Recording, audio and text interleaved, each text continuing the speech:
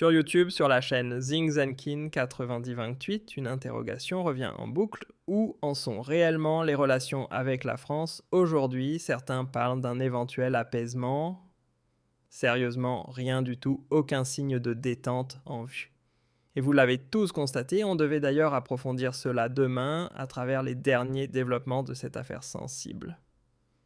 Le parquet national antiterroriste, via son responsable, et avec l'appui d'un magistrat, a officiellement reconnu l'implication de l'Algérie. Sur YouTube, sur la chaîne Zing Zenkin 9028, une interrogation revient en boucle. Où en sont réellement les relations avec la France aujourd'hui? Certains parlent d'un éventuel apaisement. Sérieusement, rien du tout, aucun signe de détente en vue. Et vous l'avez tous constaté, on devait d'ailleurs approfondir cela demain à travers les derniers développements de cette affaire sensible. Le parquet national antiterroriste, via son responsable, et avec l'appui d'un magistrat, a officiellement reconnu l'implication de l'Algérie dans un dossier qualifié de terrorisme d'État. On parle ici d'une enquête menée par l'organe français le plus spécialisé dans ce domaine, une institution d'élite extrêmement compétente dans la lutte contre le terrorisme, mais aussi habilitée à examiner le rôle d'acteurs étrangers, qu'ils soient étatiques ou non, lorsqu'ils sont soupçonnés d'activités clandestines ou violentes sur le territoire français. Autrement dit, on est loin d'une simple polémique médiatique, c'est du sérieux du très lourd, et les éléments révélés ne laissent pratiquement aucune place à l'idée d'un quelconque dégel. Le PS aujourd'hui a fait une dépêche pour réagir aux déclarations du procureur national antiterroriste ou du chef du parquet national antiterroriste à Paris, et le PS a cité une source. L'APS, c'est l'agence de presse du gouvernement algérien. C'est le porte-parole médiatique attitré du gouvernement algérien de l'État algérien. Elle a cité une source au niveau du ministère des Affaires étrangères qui dénonce, qui parle d'atteinte, de graves atteintes à l'image de l'Algérie, d'un complot contre l'Algérie. Le langage classique, l'algérophobie, etc. C'est... Ah bon. Ah si, en fait, avec le régime, bon, où on vous laisse tuer MLDZ, où on vous laisse le kidnapper, où on vous laisse faire vos barbouzeries, on vous laisse faire vos comportements de voyous, sinon on est raciste, si on est algophobe, si on est d'extrême droite.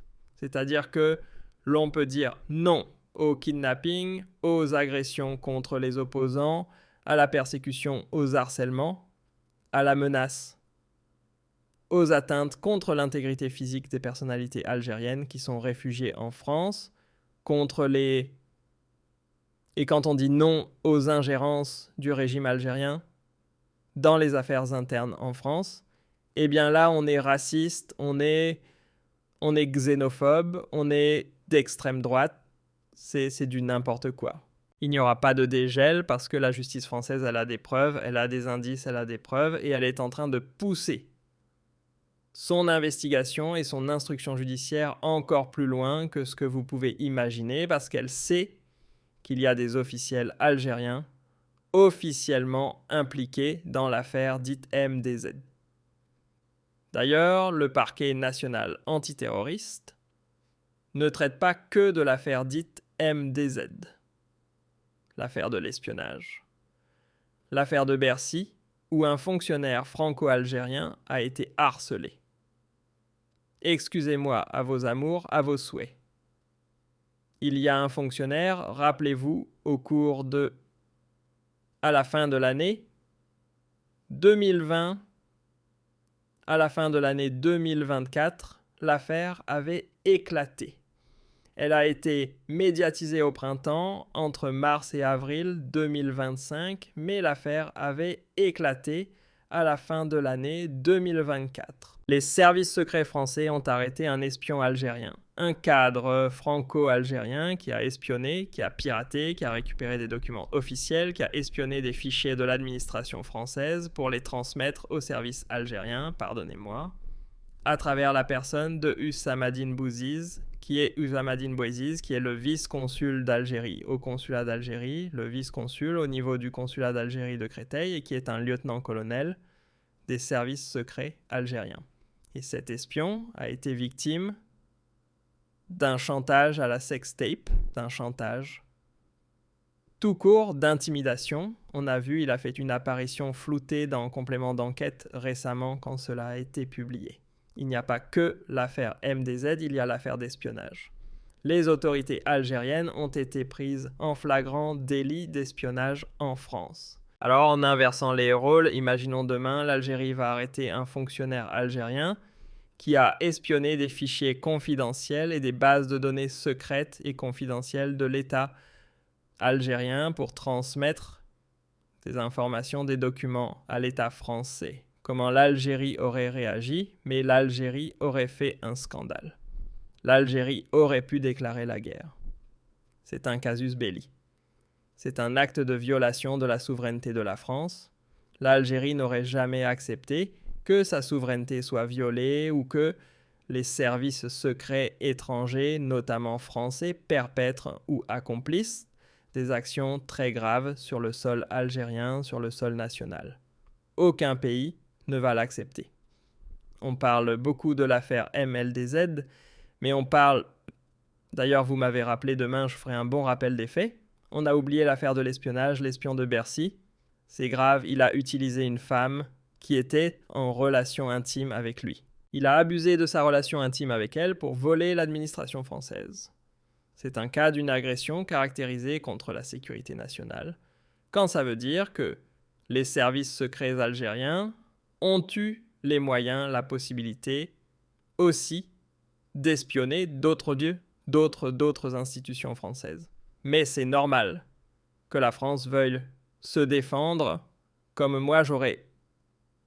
Si mon pays avait été victime d'opérations d'espionnage, d'opérations de barbouzerie accomplies par les services secrets français sur le sol algérien, je les aurais dénoncés. Je n'aurais jamais accepté. Je n'aurais jamais toléré cela. Donc voilà où est l'état de la situation actuelle.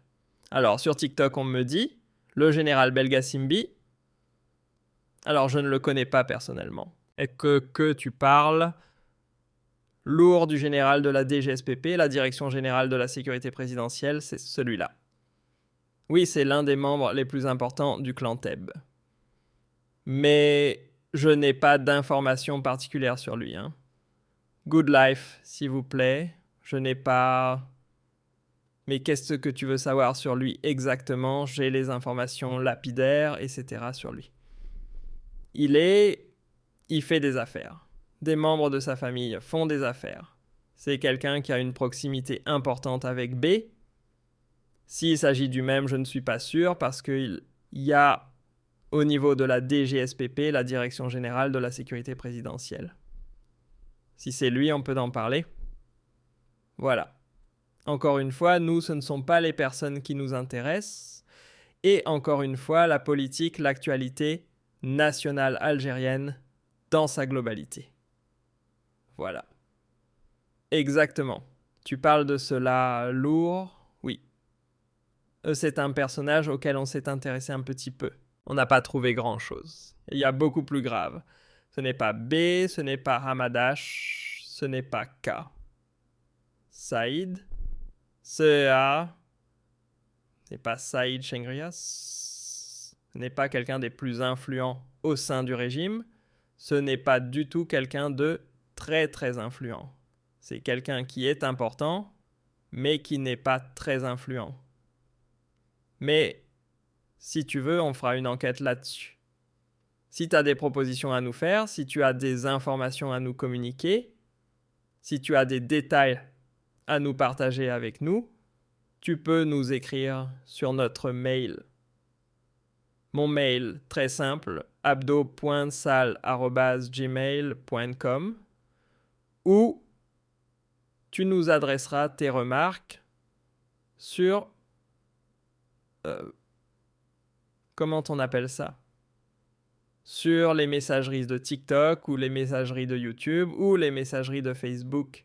Alors, sur TikTok W de Blade, et l'Algérie vient de juger des espions pour le compte de la France récemment. Alors, si j'en ai parlé, ah bah oui, j'en ai parlé. L'affaire, il y a eu effectivement la cour d'Alger, etc. Il y a une affaire d'espionnage qui a impliqué un ancien responsable de l'ambassade de France à Alger. Nous en avons parlé, on a fait ça, on a traité du jugement, on en a parlé. Donc voilà, toi tu fais la morale à celui qui a dénoncé la proximité troublante douteuse et qui a rapporté des révélations détaillées sur des privilèges vraiment très étranges et très douteux faits avec l'État français. C'est votre serviteur et votre ami Abdad, c'est moi-même. Donc quand la France joue, elle est impliquée dans un jeu trouble. En Algérie, on le dit, mais on le dit parfaitement, on le dit même. Bien sûr que je le dis. Voilà, j'en ai parlé. L'affaire Benchir, elle est l'exact. Elle est l'illustration de... C'est du lobbying quelquefois, à la limite de l'ingérence et de l'espionnage, du lobby français en Algérie. Mais bien sûr que j'en parle. Mais encore une fois, contrairement au service secret algérien, contrairement au régime Tebboune, la France n'a pas voulu assassiner un opposant français réfugié en Algérie. Il faut dire la vérité. La France n'a jamais voulu tuer quelqu'un. Est-ce que la France, elle a séquestré ? Est-ce que la France a séquestré de Bladi en Algérie ? Sur le sol algérien, un opposant, une personnalité publique, pour la tuer, jamais de la vie. Que les services français espionnent, c'est de bonne guerre, ou que les services algériens espionnent en France, ça peut être de bonne guerre. Mais espionner qui, ça dépend. Les services secrets algériens n'espionnent pas les grandes entreprises françaises, l'armée française. Ils espionnent qui ? Ils espionnent Abdamar, Zot, MRDZ, Benz. Voilà, ils s'intéressent à des blogueurs, à des journalistes, à des activistes algériens. Voilà à quoi ils s'intéressent. C'est tout. Ce n'est pas du tout des affaires de... Il n'y a pas que la France, il y a le Canada. Rappelez-vous, il y a de cela un an, nous avons révélé comment il y a un scandale d'ingérence étrangère au Canada. Vous pouvez retrouver notre émission du 18 juin 2024, l'émission du 18 juin 2024.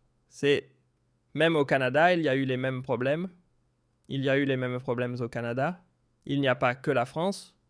Le régime algérien a été gravement compromis avec des révélations détaillées, avec une enquête qui a mis en cause un scandale d'ingérence étrangère dont les principaux contours ont été dévoilés dans une enquête de Radio-Canada Télé.